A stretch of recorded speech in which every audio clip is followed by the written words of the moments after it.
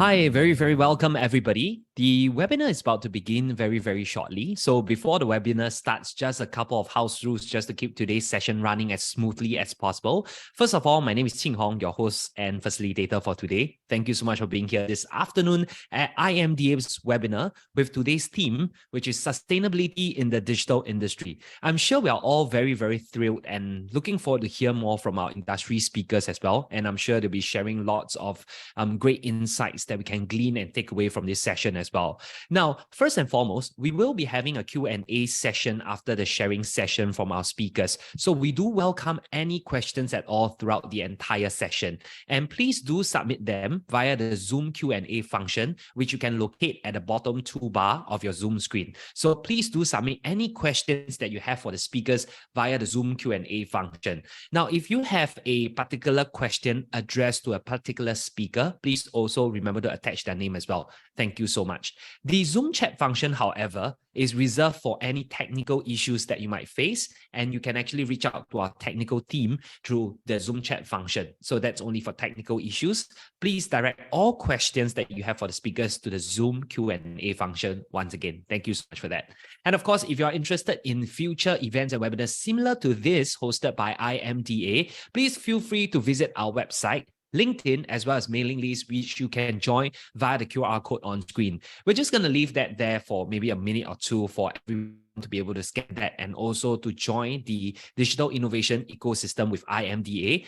There are lots of programs, lots of facilities, lots of resource as well as support that they're offering, from grants to workshop to one-to-one coaching, as well as different facilities that you can find at IMDA Pixel. So please do leverage on that on your own digital innovation journey with your own company, as well as possibly with your partners as well. We are also always actively looking for problem owners as well as problem solvers in the digital innovation space, because we do have the open innovation platform, which basically problem owners come in with their stated problems, and problem solvers will try to do things a different way and try to get the problem solved using their own means. And being able to achieve that will result in them getting a bounty, a prize money of like, usually the prize money is something between like 10,000 to 50,000 and so on and so forth. So it's quite a lot of money there as well. But most importantly is to kickstart that relationship between the problem owner as well as the problem solver to help them solve the problem in innovative ways they might not have otherwise seen. Now, before we begin, I'll also just like to remind everybody that this webinar is actually recorded and that our microphones are all automatically be set on mute throughout the entire session to avoid any unintended disturbances throughout the entire session. So thank you very much. So we're going to be starting really soon once we get a green light that everyone's all ready. I think we have quite a number of audiences as well as guests and participants today. So thank you so much for making yourself available this afternoon. It will just be a rather short session, not more than an hour actually. So we'll start off with actually two of our speakers today who will be speaking about sustainability in the digital industry.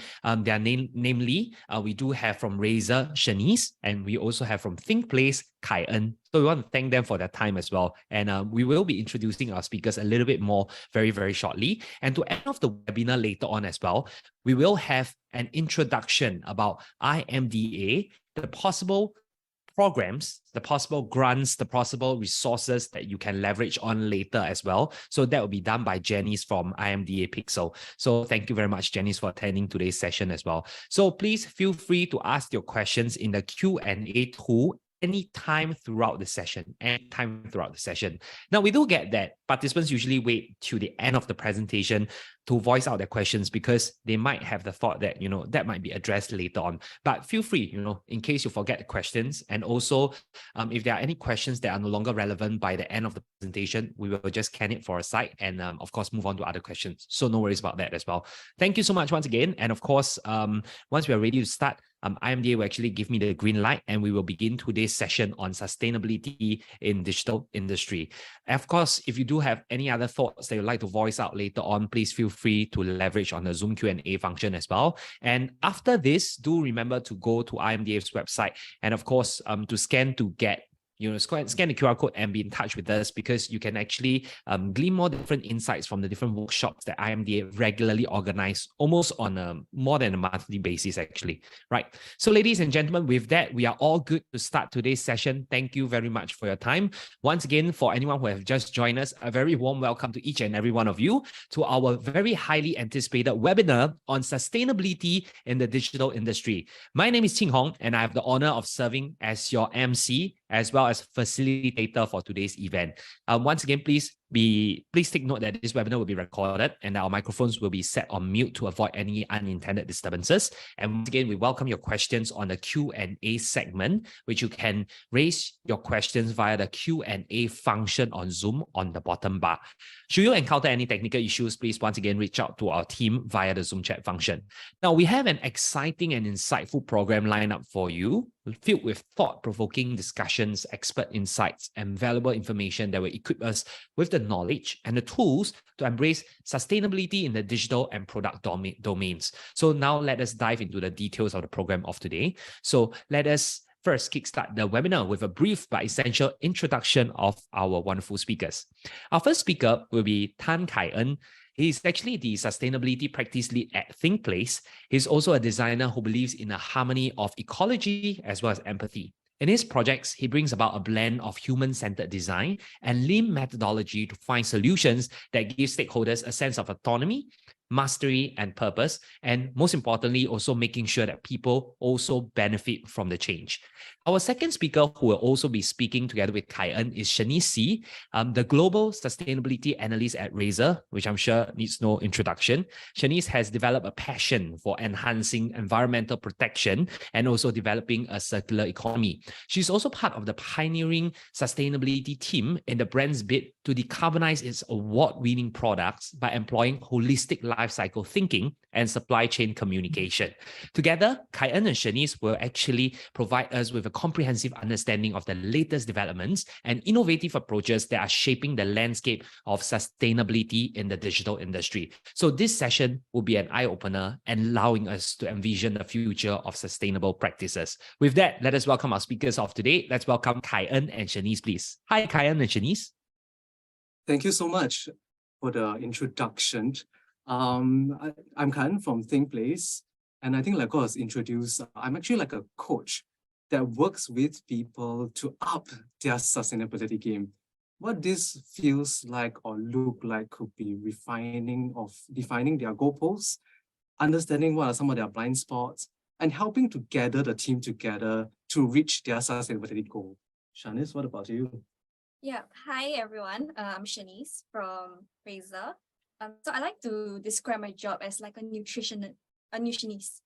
Yeah, so we help to evaluate the performance and the health of Razer in terms of our sustainability, and then we identify areas that we are doing well in and areas that perhaps we can improve on.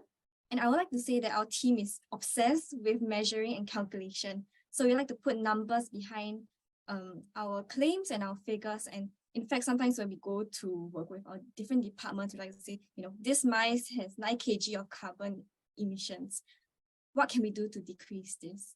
Yeah, so I like to describe myself as a nutritionist as well as like a calculator. Yeah. Wow, calculator.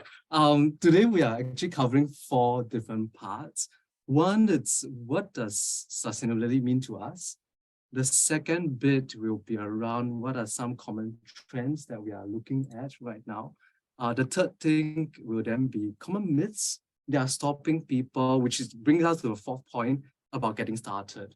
And I think Shanice and I, we do recognize that amongst us in this virtual space, we do have a lot of practitioners, a lot of advocates, or people who are trying to do good. And we are trying to just share our own experiences, our own thoughts. So, and we do know that sustainability is relevant to different people at different contexts. And hopefully, I think our thoughts and our experiences will be useful for you. And I think to get this started, what does sustainability feel like from our context? When we are looking at sustainability right now, there is this trend that everything almost has a label that it says sustainability, sustainability, sustainability. It's great. The frenzy is great. But what does it really impact on when it comes to its real meaning is a big question mark. When it comes to sustainability, we typically focus on this 1987 Brundtland report, where we are thinking about how can we make sure that we can fulfill present needs without compromising future ones. What this actually refers to is a commitment to a long-lasting, powerful, and meaningful change to ensure that we do not overcommit while meeting our current needs. And I think as we are looking at this, just yesterday, there was this report being published around the Sustainable Development Goal Index. And I think as Shani and we were looking at this report, we're like, wow, 3 consecutive years, we have probably been still rather stagnant in how we have been achieving our goals. Is that a good thing or a bad thing? And we are not very certain, but I think what we are trying to do is to really push the envelope when it comes to sustainability. To think about not just the sustainable intent, not just the no harm intent, but can we also make sure that as we go about our business, our work, can we allow for the social, ecological, and economical systems to heal and thrive? Can we borrow inspirations from nature about how when it exists, it still continue to allow the ecosystem it exists in to heal and to thrive? Which is why I think we make use of this method called the regenerative design. There are two paths to it, or two parts to it. Regenerative mindsets, which is around making sure that there's a close and good understanding, good language, and we bring people along the sustainable or regenerative journey, as well as the regenerative business model, where we make sure that the platforms that we are creating can bring people together to collaborate, analyze, co-design, so that we can deliver the best results for the planet. What about Shani's Razer? Yeah, so in Razer, I think we recognize our responsibility as well as our influence within the gaming industry. And that's why we started embarking on our sustainability journey, our Go Green with Razer roadmap, as well as we pledge and lead the industry in terms of representing. So that includes, pledging against deep sea mining with other NGOs. So I think just to give everyone a brief overview of what Razer does, just in case we have audience that we may not be so familiar. So aside from our award-winning peripherals that people are roughly, hopefully you recognize, yeah, we also have our offering of software and services. So I think within our software, we have over 200 users that install and use our Razer Cortex, our Razer Synapse softwares. These are softwares that are game boosting, personalizing our famous RGB chroma lighting, etc. And then our other payment services will include our Razer FinTech services as well as Razer Go, where users can purchase and spend in-game credits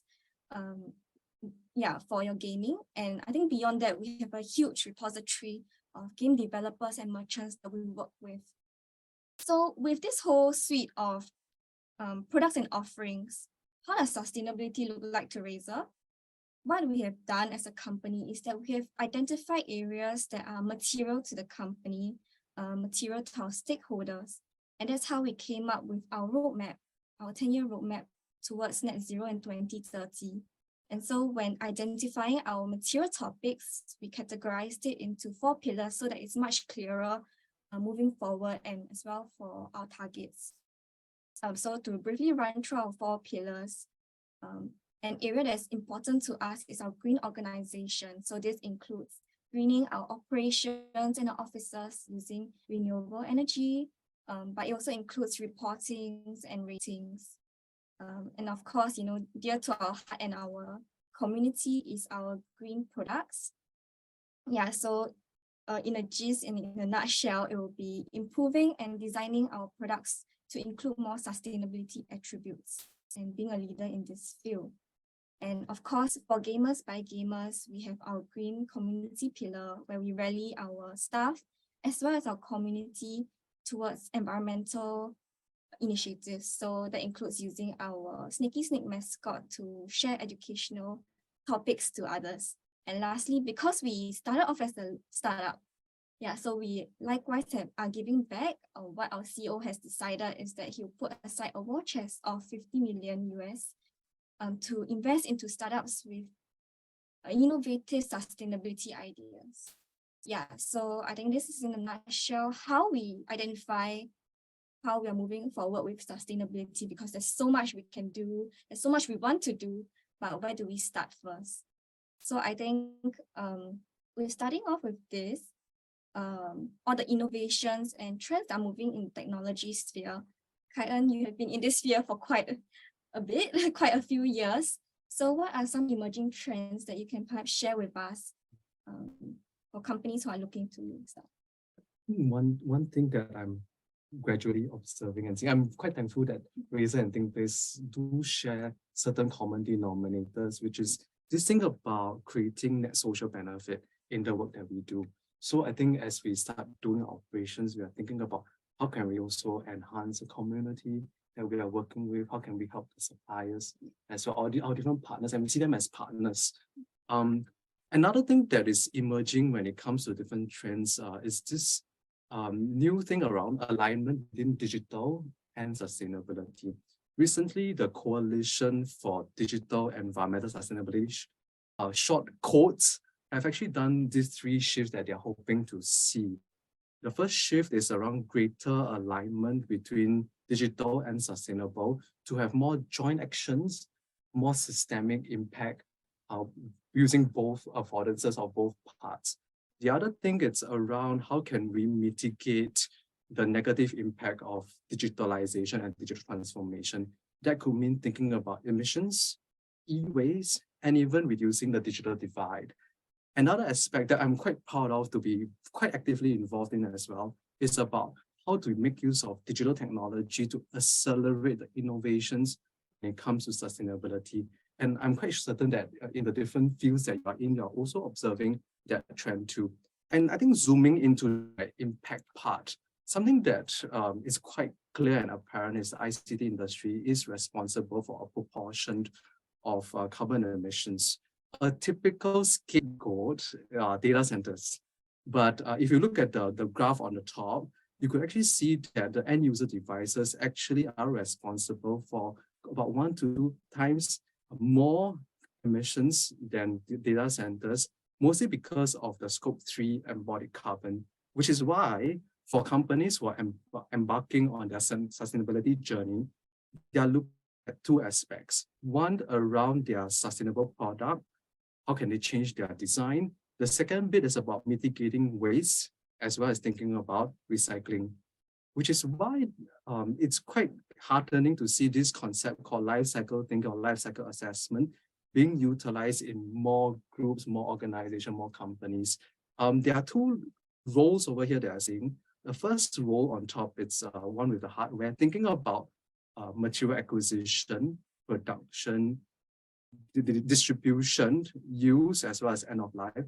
Similarly, I think a lot of times when we are working in a digital organization, they say software can go LCA or not. One thing that we always highlight to them is, yeah, it's actually kind of possible to think about more carbon-aware SDKs, more efficient computing. Shanice, what about Razer? How do you guys fit in with these different trends? Yeah, so I come from a analyst point of view where I really focus on products and hardwares, and I strongly agree with life cycle thinking and life cycle assessment. And I think this is the way Razer also approaches our sustainability thinking. So I think when we're exploring emerging trends, when it comes to sustainability and products, especially for electronics, common areas would be, the recycled material, the recycled content in products, the packaging, as well as the e-waste management. But I think what this life cycle thinking here encourages a more holistic point of view and looking into your whole product's environmental impact rather than just one attribute. Yeah, so at Razer, we also similarly adopt the same thinking when we're looking into products. So we endeavor to do life cycle assessment for all our products by 2030. But I think for the audience who are new to sustainability and wanting to start up, I think sometimes life cycle assessment can be a bit daunting because it can be quite technical and it requires a lot of data. For those who are starting up, I will encourage looking from a life cycle thinking point of view. You don't have to go straight into measuring directly and quantifying. But what life cycle thinking encourages is to look into the best practices, the processes within each life cycle stage. Yeah, so for example here, how we started off was we have our Dev Adder Essential within the image here that you can see that we certified with a Type 1 Eco label, which is basically life cycle thinking. So rather than quantifying each life cycle stage, we had to comply with 21 criteria. But actually these criteria are the best practices and standards internationally within each life cycle stage. So for example, we have material management and health and safety at the production phase. We have repair in the use phase as well as energy efficiency within the use phase. And we also are evaluated against, proper e-waste recycling standards when it comes to end-of-life management. And I'm saying this because, I really encourage, and I think Razer has been encouraging this holistic point of view for manufacturers moving forward rather than focusing on just single attributes. But of course, this is just a guidance in terms of processes of what to do. We strongly encourage companies who are able to do so and have the capability to do so, to do life cycle assessment. And I believe that there are many resources out there, such as OpenLCA, which I believe is a free resource that everyone can use. Yeah. So wrapping up on the emerging trends, perhaps we can look into areas that are common pitfalls or areas that are common concerns for companies who are looking into starting sustainability. Yeah, thanks, Shanice. And one typical pitfall or myth that companies that are embarking on the sustainability journey will usually have this sustainability too expensive. In all the workshops that I think I've conducted, the first question that people always ask me or me and my team is how much? How do we go about mitigating those costs? I would just wanted to highlight that it is an investment to assist you with actually a new way of working, a new way of delivering value propositions for your stakeholders, for your users, and for your customers. Which is why I think as part of IMDA's open innovation platform, just I think last week, we were quite heartened to receive a challenge statement from a problem owner that was looking into how can they bridge the gap between waste and resources. I think how can they make use of other people's waste as inputs to manufacturing processes for other businesses. The technical term for this is industrial symbiosis. And they're looking at the digital solutions that can provide a good library, good database, or even good recommendation and matching platform. If this digital solution is to succeed, I would really see very tremendous inputs and benefits for everyone as a whole. One, you'll be able to reduce waste. Two, you'll be able to have good circular economy. The third one is actually when it comes to supply chain, we don't need to have need to be reliant on overseas imports. We can also have alternative sources when it comes to our supply chain. And I think there's good news for everyone. Shanice, what about you? How do you deal with the myths? Yeah, I think it is a very common question that does come up, and I understand where people are coming from. I think I'd like to shift or change our perspective of viewing sustainability as a cost to, I agree, as sustainability as an investment. And in fact, I was speaking to Kai-En that perhaps as a regulatory risk management, I think what we are seeing is that with a lot of sustainability coming up, likewise, we see a lot of regulations coming up as well. And I think this starting your sustainability journey now is rather future-proofing the additional costs that may come up or the limitation and restrictions that you may face if you were to start much later on. So I think, for example, just last year, we have the California plastic and packaging law, where they were saying that, all single-use plastic packaging will have to be recyclable or compostable by 2032.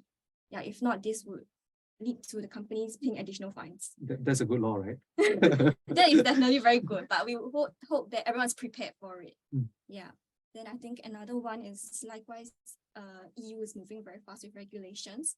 They have their CBAM, their carbon border adjustment mechanism, if I'm not wrong. Yeah, where they start to put a price for carbon intensive products, and that includes electronics. So I think while we can take action to quickly reduce and account for our carbon, this will likewise be reduced from the cost in the future. So I think I would say that sustainability, to adopt a more risk management mindset as well as a future-proofing mindset. So 3 parts: investing for the future, for more benefits, potentially risk management. And I think one more you're saying, future-proofing. Yes. And I think if you do believe in myth number 1, where sustainability is expensive, you'll come to myth number 2. Sustainability is only for big organizations or big companies. When it comes to sustainability, one way we can look at it is change management is an opportunity for innovation. And when you think about change management, there are usually 4 parts that you need to tackle. One is the technology. How do I make sure that I have good technology in order to allow me to have that change happening? Another one will be process. In addition, with policies, and the biggest of them all are people. And in a larger organization, there are more views to deal with, more people to deal with. And I think the flip side the positive part about being a small organization is that you're agile. You're able to change quickly, able to change fast. Once you're able to find the right value proposition, the right way of working in order to change. Shanice, I remember you were telling me a lot about how Razer as a large company is helping small companies. Tell us more about that.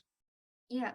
So sustainability for only big companies, I don't believe in that. I believe that everyone has a role to play. Obviously, big companies have to be responsible for the emissions and our responsibilities that we are playing in this whole sphere. But I believe that SMEs also have a part to play. And in fact, they're the ones coming out with a lot of innovations we find within the sustainability field. So previously I was mentioning that my team is obsessed with calculating, and I think we're quite proud of how precise our calculations are, just because our CEO believes in building in-house capabilities, right? So once we felt that we have done well and are progressing well in our calculations, we thought that, let us democratize this product calculations to other companies out there as well, big and small. And so when we were in our sustainability journey, we felt that, scope 1 and scope 2, these are maybe more direct in measuring. And in fact, there are a lot of players out there who are providing the resources already, such as low carbon SG. So what our pain point we felt is that, scope 3, as you mentioned, is a large part of our emissions for most companies. And so what Restorify does is a sustainability as a service solution. So we automatically populate the product footprint for businesses so that it helps you with your measurement, and it also helps to communicate to our consumers, this is the environmental impact, so that they adopt more responsible consumerism as well. So for example, last year we wrote this out on our Razer.com. So what you can see here is that at the checkout point, customers can see the carbon footprint of their product and they click learn more. Yeah, and then as an add-on, we also democratize carbon credits because they are in huge denominations currently. And so customers have the option to participate in this by offsetting their purchase. And I think to encourage all businesses, I think the take-up rate is quite well. We find customers very, very enlightened and are actually very eager to be on board the sustainability journey of the company, as well as to integrate more sustainable lifestyle. Yeah, so I think with this myth, we will move on to the next one. Sustainability of low quality. I think as I'm talking to different businesses, a few concerns typically comes up. For the developers or for the facility managers, when thinking about more sustainable building, people will be, hey, it'll be too hot. For car manufacturers, maybe some more sustainable car might not have enough horsepower to run fast enough. For product, making use of recycled or sustainable materials might mean structural integrity might be impacted. I recalled Razer does have some interesting ways to deal with making use of sustainable materials. Do you mind telling us a bit more about that? Sure.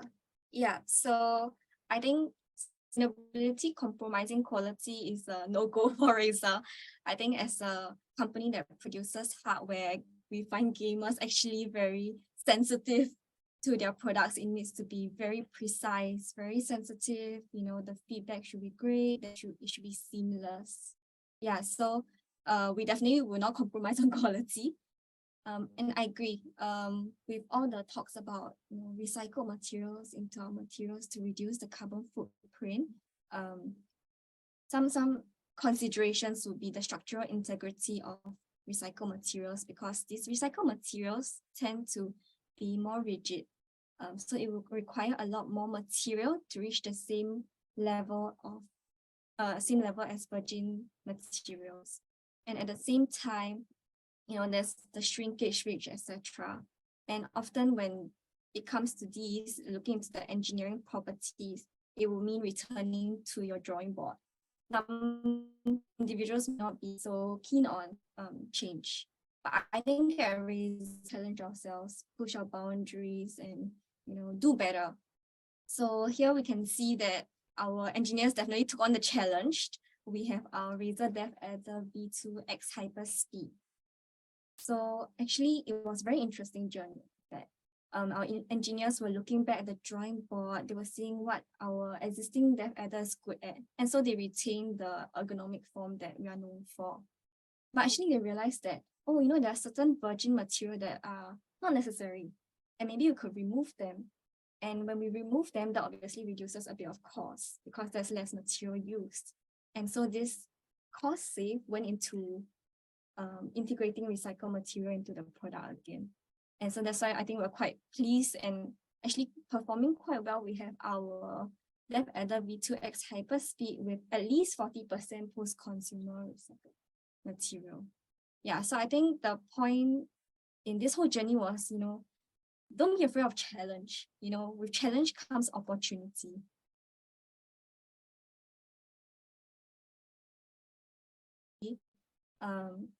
Yeah. How can companies get kickstarted on their sustainability journey? How can they begin? Thanks. And I think one major stumbling block for almost all organizations is that sustainability requires a sacrifice.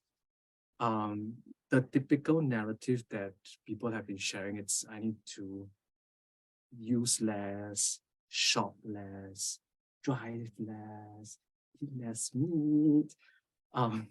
It always feels like it needs a lot of effort. And I think the idea over here is not to continue to see it that way, but to flip the script. Can sustainability actually provide us with new ways of working, with new value propositions that might not happen if we have not adopted that sustainable or regenerative mindset in the first place? And I'll bring in a special guest who has always been helping me to adopt a fresh perspective. This fella here is always showing me how having a vegetarian or less meat diet will always benefit me by Ben. And more about get started. Yeah. So Razer started its journey in 2000, and actually before we had our Go Green Razer roadmap in 2021, we have always been practicing sustainability, just maybe not so explicitly. Yeah, so I think we would like to focus on 2021, where sustainability was ingrained into our organization. And I think it's very important here to note that our CEO, our management, and our stakeholders decided to form a clear vision and a clear direction of the company to really work on and prioritize sustainability into our operations. And so with this clear vision, it really helps because they really invest into the people that goes into sustainability. And that's why we have our sustainability expert Kenneth leading the team. And we also work on in-house capabilities when we come to measurements, etc. And I think moving forward from this setting of targets and setting of vision, another important part that to complement this and to make the whole puzzle complete is to work with people on the ground, our colleagues, different departments. It's very important to be aligned and work alongside people because they are the ones innovating and really bringing the change. So it's important to create rapport. And I think when I'm communicating with my colleagues, there are some who are super on about sustainability. They tell me, oh, I've been recycling for the longest time. I pack my food with my lunch boxes every day, bring my huge water bottle to work. But of course, there may be some people who are more resistant to change. Yeah, and I think that's a challenge you may experience, not uncommon to sustainability. I think that's where it's really important, and that's where it's value building and value creation in their work. So, example with the California law I mentioned earlier, when you're working with packaging, if they don't see the value, for example, then you're telling them, if we don't make this change, not only does it harm the environment, but this could cause future costs for the company. So I think that's the importance when you have to work hand in hand, both top down and bottom up. And that's a very good point to make, the top down and bottom up thing, because this highlights that people are really important in this sustainability or regenerative journey that any organization wants to embark on. I mentioned just now that there are regenerative design mindsets to take note of. There are 3 different types of mindsets that people actually need to have in order to embark on this journey. The first one is adaptive mindset. What this actually means is the ability to see those kind of new constraints, new challenges that are coming up because you are embarking on the sustainability or regenerative journey as actually possible opportunities, possible growth opportunities that are interesting to solve. And I think the next part is around systems thinking. How do you then identify the interconnectedness, interdependencies of the different parts of the system and not just focus on just one component? This is very important because it helps us to identify new emergent qualities like the industrial symbiosis program that I was talking about. And the third part, the people matters, which is why there is this strategic design thinking mindset that is always important. While the system can make sense, while we can all think about good opportunities, if it doesn't matter to the people, it is not important or useful or meaningful for the human being, it will not work. Which is why when you think about strategic design thinking, it's about how do we engage with people on an emotional and meaningful level so that change can happen. And as you're going about your journey, there are 4 potential states that you can actually go with. State A is potentially doing old things in maybe new ways. State B in thinking about new things in new ways. So what we always nudge the people that we work with is to think about new value proposition that you could actually deliver to people. Shanice, Razer, which state are you guys in? Oh, wow. I would say we are always looking to innovate as a whole company, not just for sustainability, but all the more, right? We are a leader in the industry and we need to always innovate, move forward, find areas and gaps that we have the capability and resources to do. Yeah, and do them. So they can up your game and level up and be unplayable, using a lot of Razer terms there. And I think with that, we are probably done with our session. Any questions?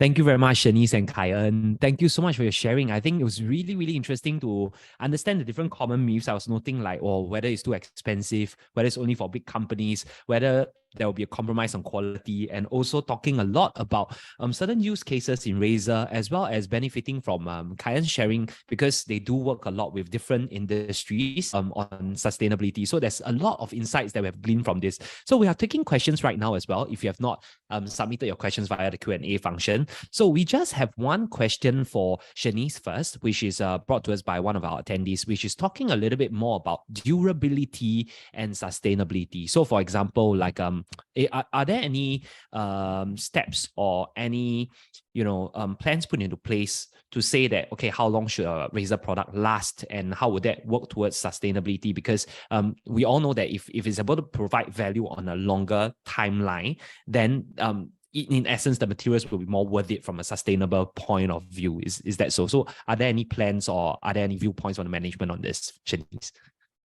Yeah, so I think generally all our products go through rigorous testing, regardless of whether they were previously verging or moving towards sustainability. They all go through the same rigorous testing, and that's why there's the whole durability and having the same high quality that gamers expect of us. We definitely have plans, shifting forward. We want to integrate more sustainability aspects within our products, and that includes, when we're talking about durability, is the repairability of our products, right? Yeah, so I think as part of the Type 1 Eco logo, we worked really closely with our customer support services as well as our industrial designers to see how our products can be more repairable for our users without affecting the technology behind it. So it's for quick repair. So we're encouraging the repairability of this so that it extends the lifespan of a product. That's really, really great. And I think there are more laws, if I'm not mistaken, I've read before in Europe that's demanding more for repairability in devices as well. But from the human frontier and from the human point of view, I just wanted to ask Shanice, is something that I thought of while looking at this question by the attendee, which is, how do you outlast the user's interest in products though? Everyone wants a new mouse like every other year. Even if your mouse is still in tip-top condition, clicking as furiously as possible to frag your enemies, and when something comes out with a higher DPI, someone just wants something more. Is that in a consideration point of view? Because if you do invest in a mouse that can last for say 10 years, but the user's interest typically only lasts about 2 years, would that sort of like counteract against the company's plan in improving sustainability, Shanice? Yeah, I think that is a fine line to balance, because gamers are always for high specs, the latest thing. I think it's not just for gaming, but also Apple, iPhone, our phones in general. We always want the latest thing.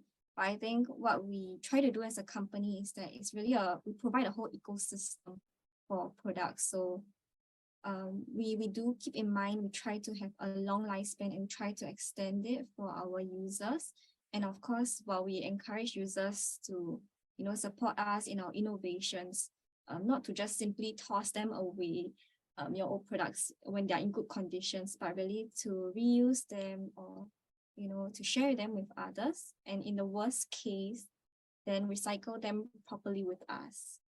Right. So the other two possibilities will be entering a resale market where the product can end up in a good hands of someone who might need it more to really expand the entire lifespan, or to really go through the right way of recycling e-waste. Is that right, Shanice?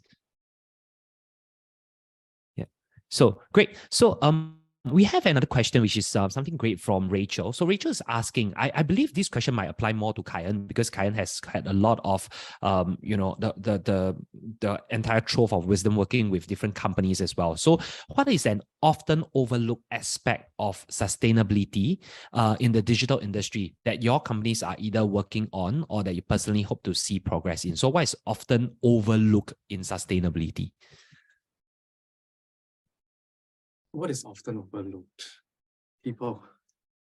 I know I've mentioned this throughout the entire discussion, close an hour, but people matters. No matter what is the industry that we are in, be it the digital industry or another industry, the people matters the most, because they are the one that we then need to bring along the journey. I think as an ending note earlier, I think Shanice and I were discussing, like, if there was one parting thought I have, what would that be? It's actually, while top-down policies, very top-down regulations work very well in actually quickly moving the needle when it comes to how getting organizations to be sustainable. The thing that's, if the people are not convinced about its benefits, it will not, your vision might not be able to actualize because the people will be taking shortcuts after that. And which is why I think we ended off the note on these three mindsets. That strategic design thinking aspect, where we are thinking about, I have a great desired future, great strategic vision that I want to have for my company. And I also bring along my people to co-design with them. Co-designing with my internal stakeholders, co-designing with my users. So I think going back again to the earlier question directed at Shanice, right? What will you do if a user actually desires a new mouse to have better frag type? Can we then actually bring the users into the fold, co-design together with them? What does actually a sustainable organization that is serving you, that you would like to work for, actually can be? And through that kind of co-design process, it helps us to identify new opportunities, new ideas that we probably have not thought of before. Right, that's really great, Kayan. Thanks for the sharing. And I think the involvement in internal stakeholders as well as users in the design really does help to bring that level of involvement, doesn't it? Because for humans to be involved, there must, I believe I heard you say the appealing to the emotions of the people during your sharing earlier. And I think that's commonly one of the difficult things when we speak about huge subjects like sustainability, right? To relate to that as well. So speaking of that, actually, there is another question coming in from Ching Hui. So Ching Hui is asking that SME usually only reacts on regulations. So how do we make SME adopt sustainability through stakeholder management effectively in the SME context? I think that's a great question because fundamentally SME would behave quite differently from MNC. So she's saying that, usually we react on regulations. So Ching Hui is saying usually react on regulations, but how do we make SME adopt sustainability through stakeholder management effectively in the SME context? I think this is being a little bit more proactive, and that's great. Yeah. And any one of you who cares to take the question? Okay, maybe I will start first. Yes, I think even for big companies, sometimes regulatories are the push that people receive to take immediate action, right? You don't want to get the penalties, etc. But I think as big companies are also looking to green our supply chain, that's when we turn and look to SMEs to really support us in this journey, right? So with Scope 3 being a large part of our emissions, supply chain is also a very critical role. And I think that's when SMEs can play a part because with discussions with other industry leaders in the field, actually getting supply chains locally will actually help us and support us a lot. Yeah, so I think not just regulations, but I think we have a interconnected impact on each other within the sustainability field.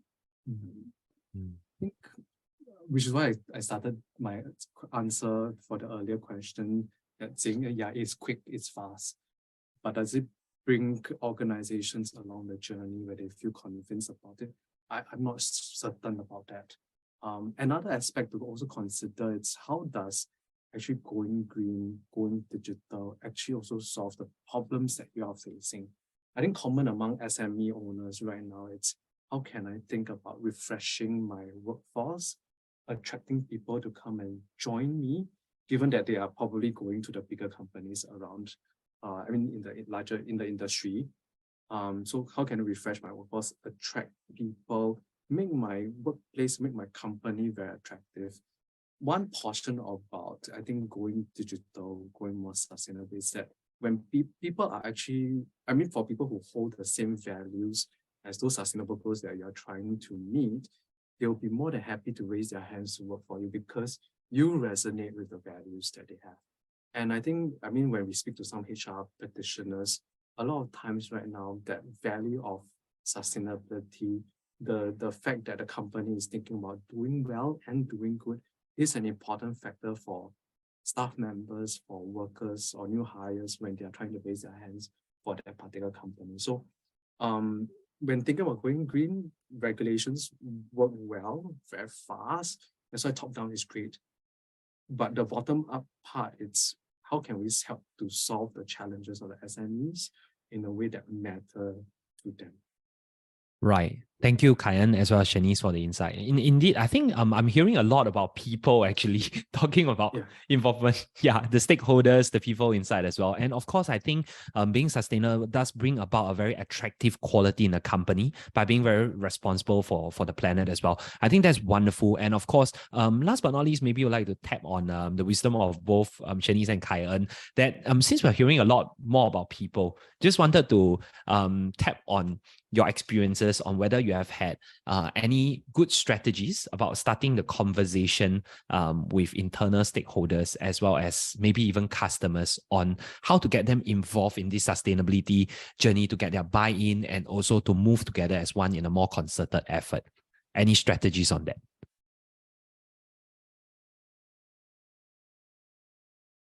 I think maybe one part, let me just go back to this screen here. How to get a conversation started.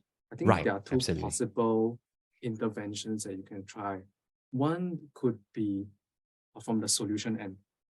Let's say if your organization is very interested in thinking about adopting new ways of working, new technology, can you start thinking about, can that technology also assist with your company going green? If that is actually something useful for your organization from the solution side, can push from it and have discussions around with your people, with different staff members, with different departments around how can this new solution solve your problem and also go green at the same time. That will be one part.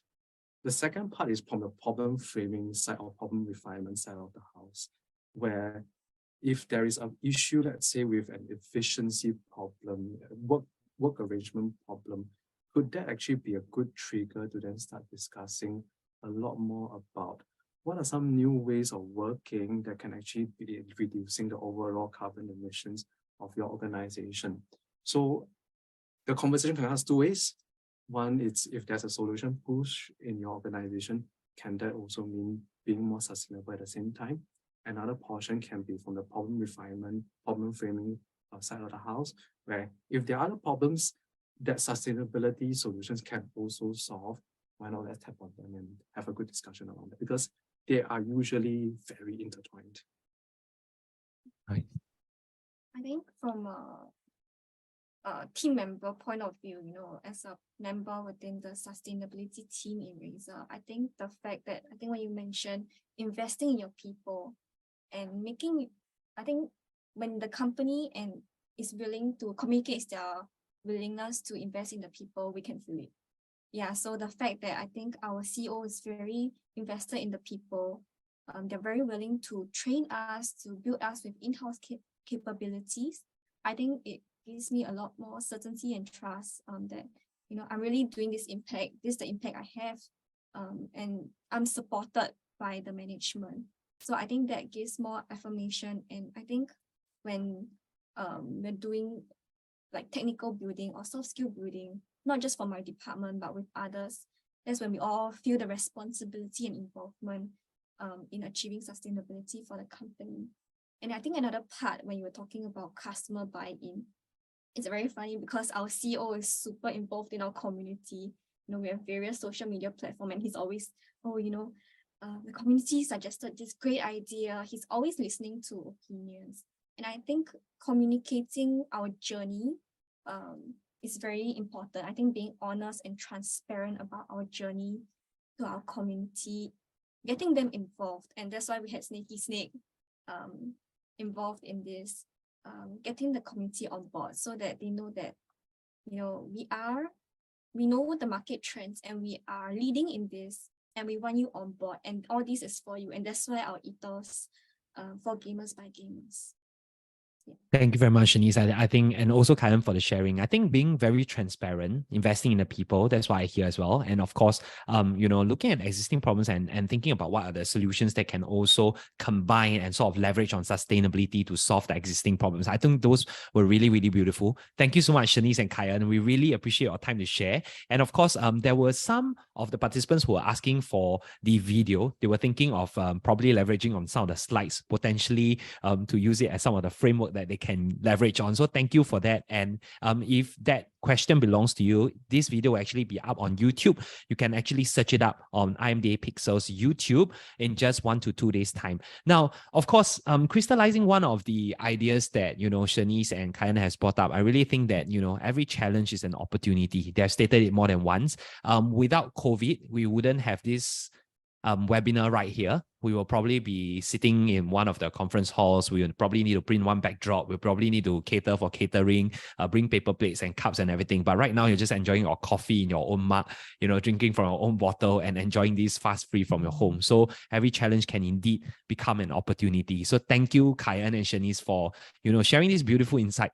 And of course, when we talk about opportunity, there are also lots of opportunities that you can step up on your digital innovation game with IMDA Pixel, with their programs, with their grants, with their coaching, with their mentoring, and also tapping on the digital innovation space. We have over 13,000, problem solvers who can look at the different challenges that your organizations might pose, and maybe looking at a different way and solve it perhaps from an even more sustainable manner as well. So today we do have Janice from IMDA Pixel to share more with us on IMDA innovation and how IMDA can be part of your corporate digital innovation journey. Janice, please.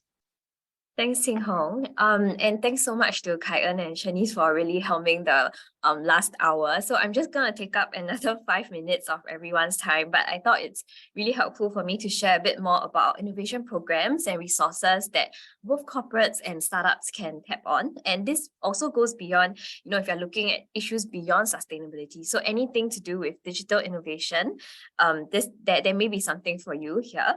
So the innovation team at IMDA actually runs 2 programs. One, for those of you who are unaware, we have an innovation hub at One North, just very close by to Razer actually, and that's where we have all the latest technology, the latest startups that are working on digital solutions.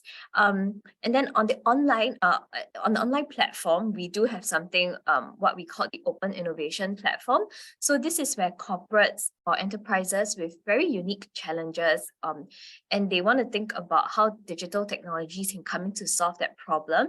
That's where they tap on the Open Innovation Platform to help them crowdsource the latest tech solutions. So I'll touch on that a little bit later, but just wanted to share a bit more about Pixel first, which is our innovation hub. So we focus on 4 key tech areas: AR, VR, AI, IoT, as well as robotics, which is not mentioned here, but it's also one key area of focus for us. And we, the startups at our space actually looks at different types of technology applications across different sectors. So lifestyle, built environment, industry 4.0, this is where our startups are strong in, and they have worked with people from or companies from these sectors. So where our space and our programs comes in to help is one, if you're a startup and you're developing an innovative technology solution, this is where the facilities and equipment might come in handy.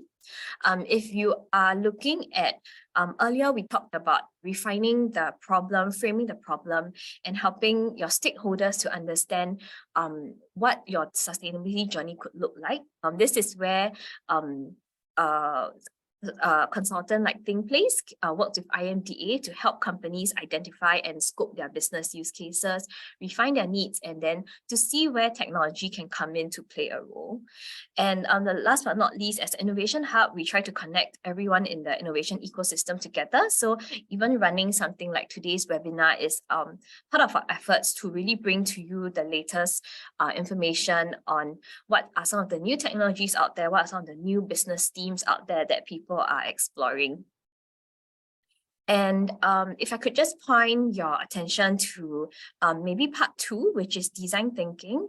So I think I will not repeat the point again, but in terms of defining what is the business problem that you want to work on, defining maybe a low-level prototype of how your new tech solution could look like. I think that's where design thinking or UI UX assistance could come into play. So do come and speak with us if you would like to understand how our clinics or how to access our expert panels in this area.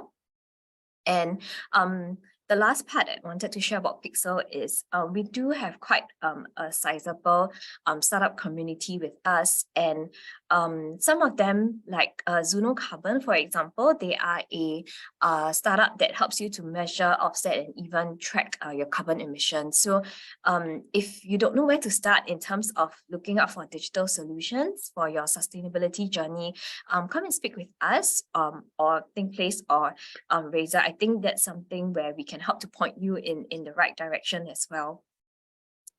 And yeah, I spoke about our regular programming. So today is one of the regular webinars that we run. So do keep a lookout for our future sessions as well.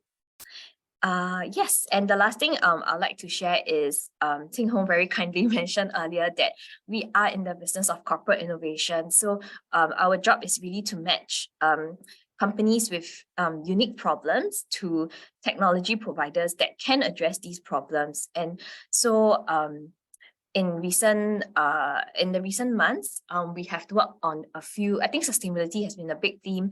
So companies have come forward to ask, how can I adopt a digital solution to address some of my problems? So we have been working on the Jurong Lake District challenges related to sustainability. We have also worked on the Microsoft Green Tech challenges. So if you are a corporate or enterprise looking for a place to crowdsource a solution, do come and speak with us.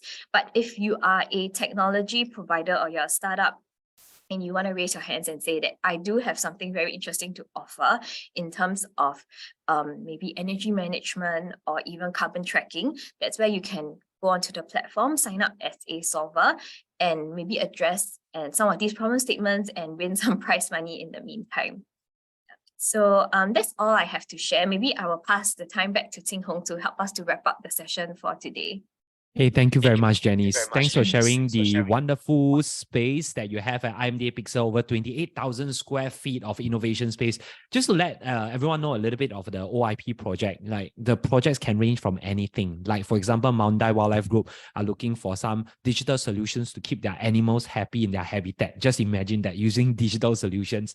And one of the trade associations in Singapore are looking to digitalize one of the international trading firms. So it could really be anything that you can dream of. So either you're a problem solver or really, problem owner, go ahead for that.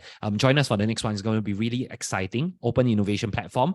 And other than that, of course, before we end off this session, we'd love to hear your feedback once more. So scan the QR code on the screen. Let us know how this experience has been for you. And thank you so much for your time.